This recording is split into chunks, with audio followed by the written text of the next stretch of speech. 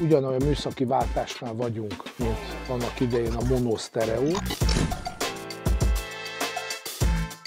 Azt gondolom, hogy új dimenziók nyíltak meg. Innentől kezdve másképp fogunk talán gondolkodni hangszerelésben, effektezésben. A Dolby Atmos technológiának pont ez a lényege, hogy megcsinálod ebben a formátumban a mixet, és teljesen függetlenül attól, hogy hány hangszóród van, akár egy darab soundbar, ami Dolby Atmos kompatibilis, vagy egy fülhallgató, ami Dolby Atmos kompatibilis, meg fog tudni szólalni a térben immerzíven.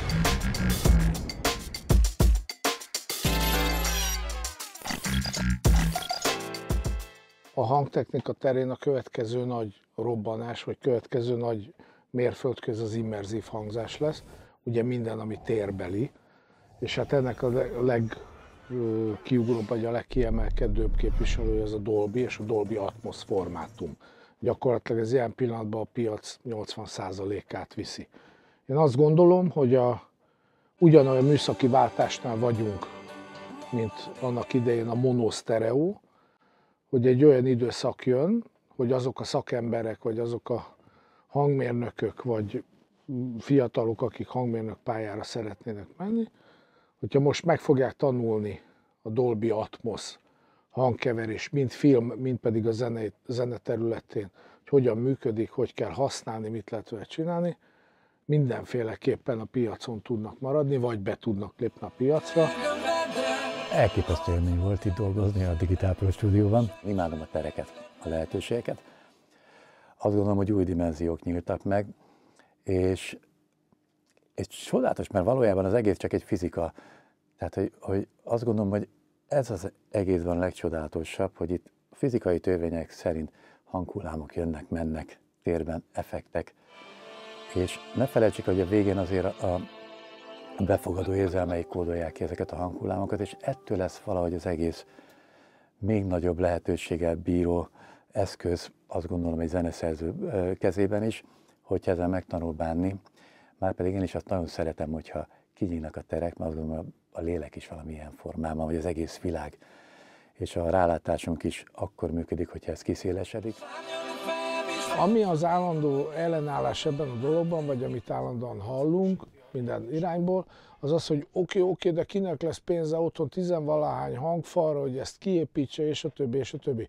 Most itt az a tévedés, hogy ebben a technológiában eltérően a régi Surround technikától, ahol fixen ki kell építeni az 5.1 vagy 7.1-es rendszeredet, hogyha ott hiányzott a kábel végén egy hangfal, akkor ott nem jött ki a hang, mert ez egy fix csatornás, úgynevezett diszkrét csatorna kiosztású keverések voltak. A Dolby Atmos technológiának pont ez a lényege, hogy megcsinálod ebben a formátumban a mixet, és teljesen függetlenül attól, hogy hány hangszóród van, akár egy soundbar, ami Dolby Atmos kompatibilis, vagy egy fülhallgató, ami Dolby Atmos kompatibilis, vagy kiépítetsz egy 64 csatornás, 64 utas Mozilla hallgatórendszert, meg fog tudni szólalni a térben immerzíven. A legújabb 2021 után készült MacBook Pro laptopok is Dolby Atmos kompatibilisek, és rendesen a térbe szólnak. Nyilván minél több a lesugárzási pontod, azaz minél több hangszóróról hallgatod, annál részletgazdagabb, és annál jobban szeparáltak a hangok, de manapság egy 100-150 ezres soundbart beteszel a tévé alá, és ezzel a reflexiós, tehát kivetíti a hang a falra, és onnan visszaveri, technológiával gyönyörű immerzív hangzást lehet létrehozni. Innentől kezdve másképp fogok talán gondolkodni hangszerelésben, effektezésben, és ez a fajta lehetőség, hogy megnyílik a tér, azt gondolom, hogy új dimenziókat teremt a filmben is számomra. Ugye most például dolgoztuk a Futni mentem dalaival. A Rutka Robival egy általános iskolában jártunk, a Robika fölém járt 1 vagy 2 évvel.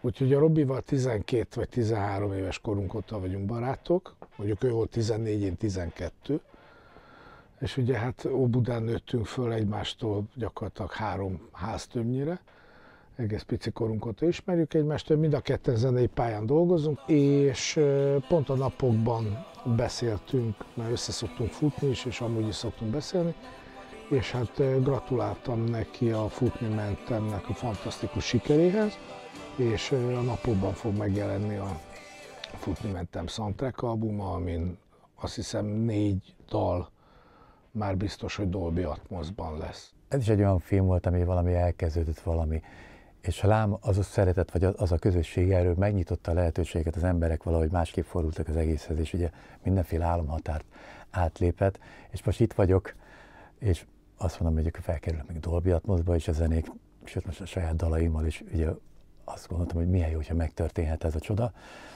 és lám megtörtént, úgyhogy nagyon boldog vagyok, úgyhogy most kicsit másképp fog gondolkodni erről.